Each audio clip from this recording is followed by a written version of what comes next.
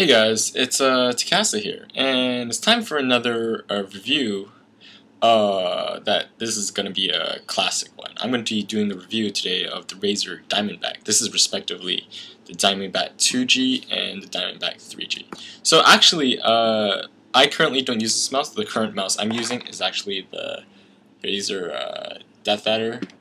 If I can try fitting it in my camera. So yeah, and why I wanted to do a review on the Razorback, what the hell, Diamondback, is because it's a really classic mouse. One of the earlier mice that Razer came out with. Of course, they first came out with like the Boom Slang, the Viper, the Copperhead, and of course the Diamondback 2G.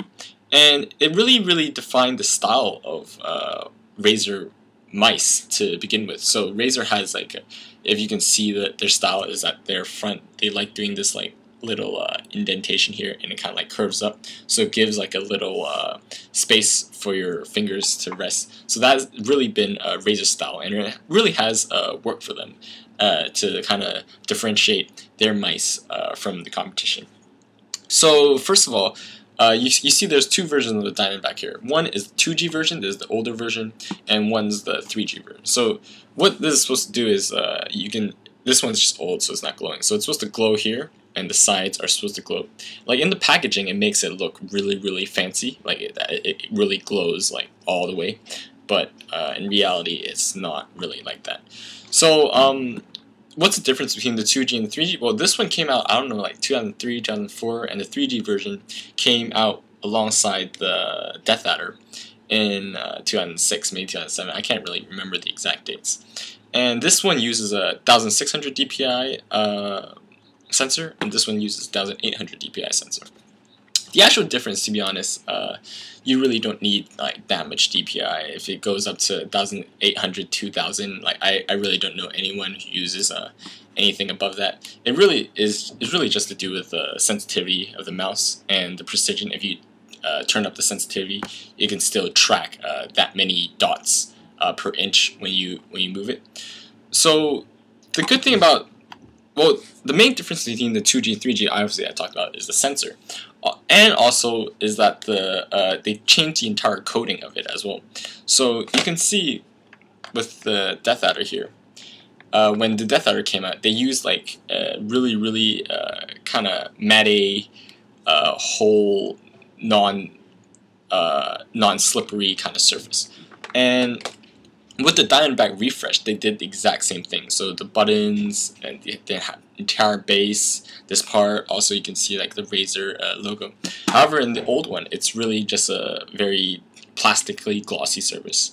Even though this part, it's still kind of non-stick, but it's not like the surface that the Death Adder and the new Diamondback 3G uses. And this part is kind of a little bit transparent, so you can see inside the mouse, which is kind of cool. So this mouse is ambidextrous, as you can see, and it's really thin, as in, I mean, sorry, not thin, as in narrow, if I can say, if I compare it to like the Death Adder. It's really big, it's ergonomic. Being ambidextrous, it's really thin, and so it's good for, it's really good for mouses such as, games such as preferably RTS or even games like Dota. It's absolutely good, because the thing is, being so narrow, it really gives you more control over over the kind of the flicking of the mouse, if that makes any sense.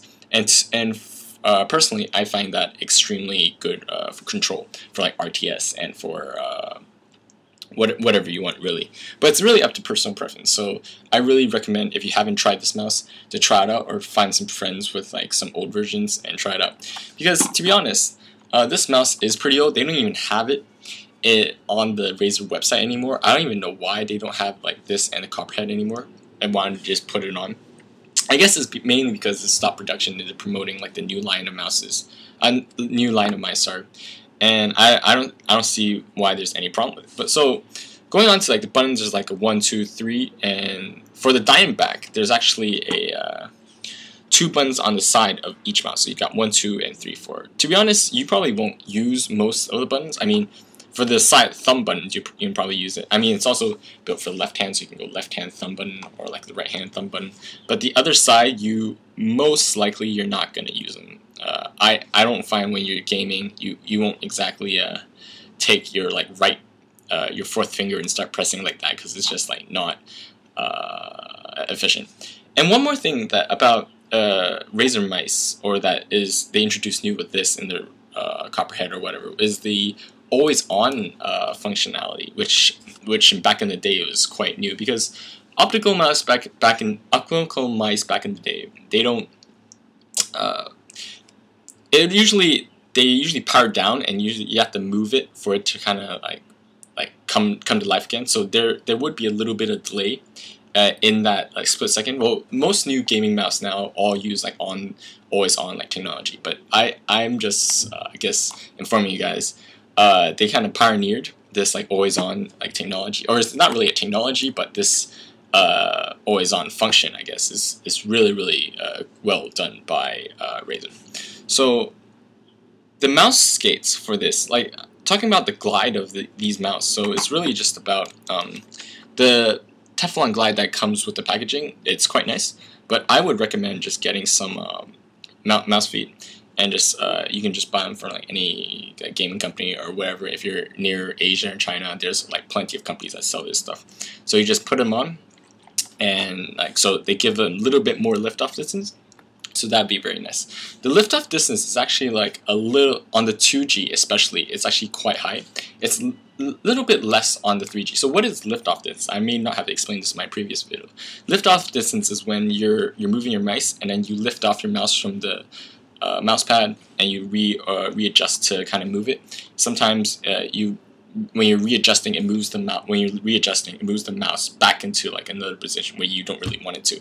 So you tend to want to have a lower liftoff distance, which is present in most laser sensors, sorry, and optical they're not as much. But with a little bit of liftoff distance, it does give a little bit smoother glide as well. So yeah, this is my review of the Razer Razer Diamondback 2G and 3G. Thanks for watching.